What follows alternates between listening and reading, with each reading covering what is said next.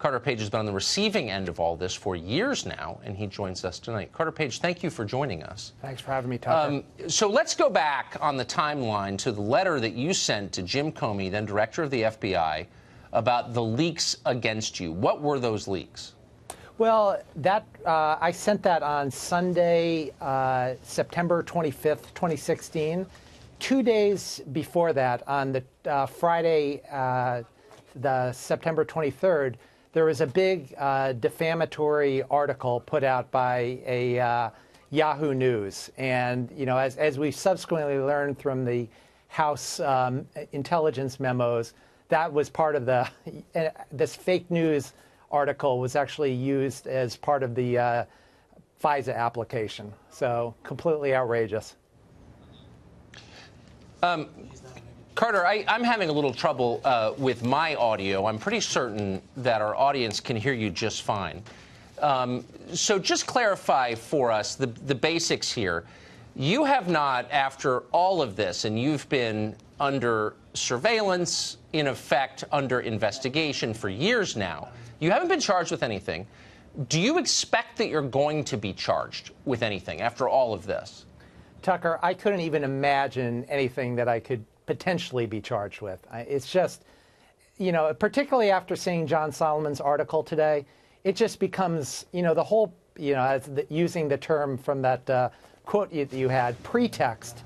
The pretext was absolutely outrageous, ridiculous. And so, you know, this is pretext wrapped upon pretext. It's completely out of control. So I can't even imagine what I would be charged with.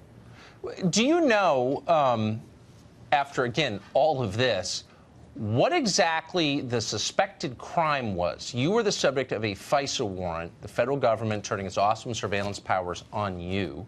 That's a big deal. We have a whole court system designed to keep that from being abused. Why would the federal government want to read your emails and spy on you in ways we may not even know about? What did they think you were doing exactly?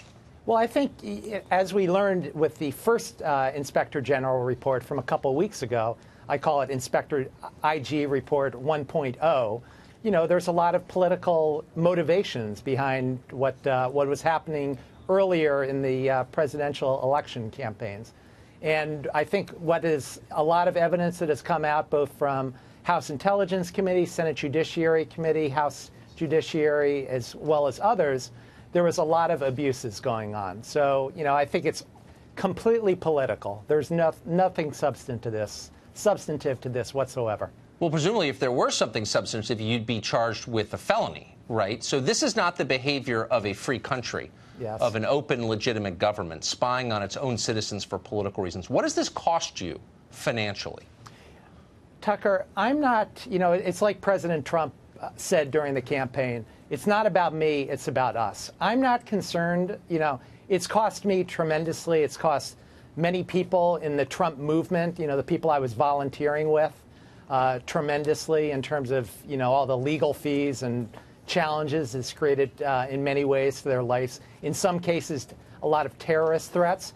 The bigger issue is the obstruction in terms of U.S. foreign policy, the terrible impact that this had on possibilities in terms of U.S.-Russia relations, creating a better pathway for the world that, you know, President Trump was talking about during the campaign. And so I'm hoping, you know, there's going to be a lot more of this. This is just the tip of the iceberg, I think, what we've seen here. A lot more coming out over the weeks to come. But a bigger thing is coming in with the Helsinki summit, and I'm hoping that, you know, the quicker that the truth comes out, the more they'll be able to, you know, chart a better course for the future of our country. So we will be at the Helsinki summit, awesome, and I look forward to that. Carter Page, thanks very much. Thanks, Tucker.